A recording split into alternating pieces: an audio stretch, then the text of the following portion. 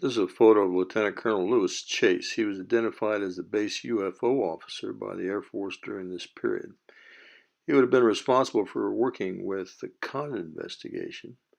There's no public record that he contacted Condon about the March 16th Echo incident. His first known contact with Condon regarding the UFO study was the Belt sighting. Belt, Montana is a small town a short distance southeast of Great Falls. At about 9:30 p.m., Ken Williams was driving his truck north to Great Falls when he noticed a large glowing light flying about a mile away and about 500 to 1,000 feet above the ground. Its speed was approximately the same as his. When he stopped to take a better look, it also stopped and flashed its light at him 3 times. It seemed to him that the object wanted to be noticed. When he walked toward it, it left at high speed. He stopped a motorist and asked they contact the highway patrol.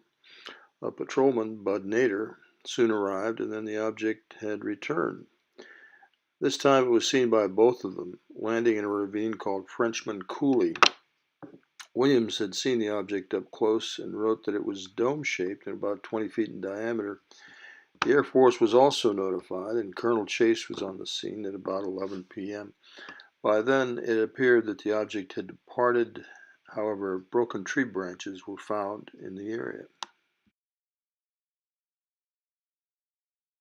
Here's a telex on the Belt sighting that Chase sent to quite a few Air Force offices, including the Foreign Technology Division at Wright-Patterson Air Force Base, the home of the Blue Book Project.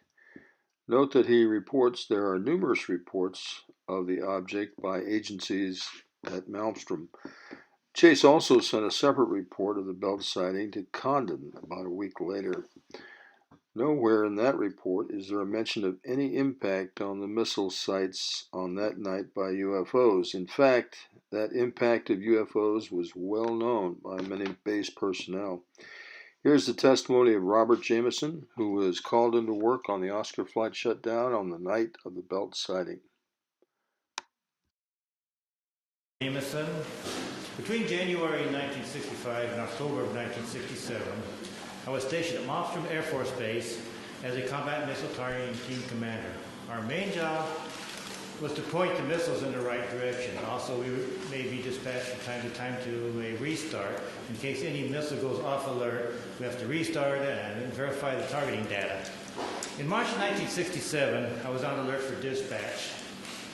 And that evening, I got a call from Job Control saying, a missile going down in Oscar flight, go out and restart it, which was nothing unusual up to this point. I called my team, and I went down into the hangar. As soon as I got to the hangar, some acquaintances of mine approached me and says, Bob, do you know what happened? No, I don't know what happened. And he says, well, a missile, a UFO, was sighted over Lewistown, Montana, actually over Roy, Montana. Lewistown's the nearest town of any significance. But over that Roy, Montana, which is the center of Oscar flight. And when that UFO, at the same time that UFO was over there, all of Oscar flight went down. Well, that was highly unusual. I went to Job Control to verify it, and yes, they confirmed it. And I was looking at the status board they have.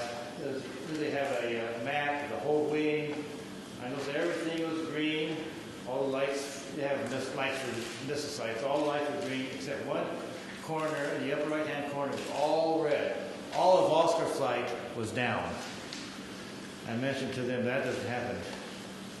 He says, well, it happened once before, about a week before. A UFO was sighted over Echo flight. About the same time, all missiles in Echo flight went down. He says, other than that and this is it. It's never have happened before. Personally, I'm never aware of any 2 missiles going down at the same time, let alone 10. In Jamison's affidavit, he states clearly that the Oscar flight went down on March 24, 1967. When Craig visited Malmstrom in October 1967 to inquire about the Echo and Oscar UFO incidents, he found Colonel Chase less than cooperative. Chase was surprised he even knew about these events. Chase told Craig that UFOs were not involved in the shutdowns, and there was a classified investigation still in progress to find the cause.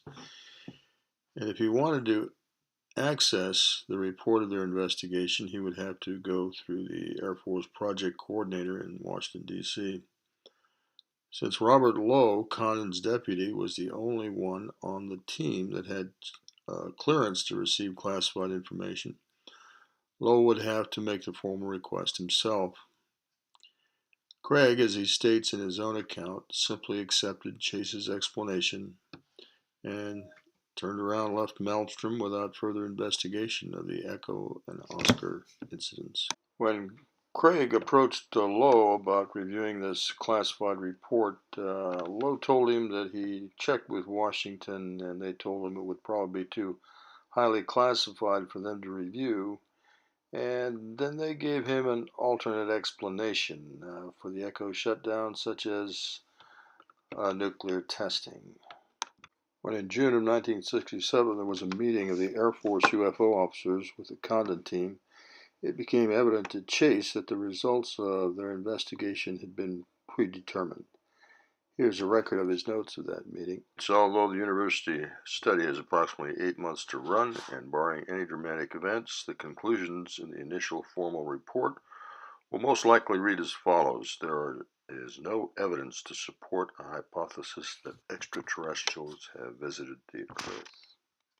Finally, the cover-up of the Echo and Oscar incidents were complete when Chase wrote this letter to the UFO project office at Wright-Patterson Air Force Base in response to their inquiry. It states categorically that there was no equipment malfunction during the UFO sightings. This was a completely false statement, and Chase certainly was well aware it was false. The very fact that he officially hid the truth from another Air Force office shows the extent to which they were going to ensure these highly significant incidents were to be kept highly classified.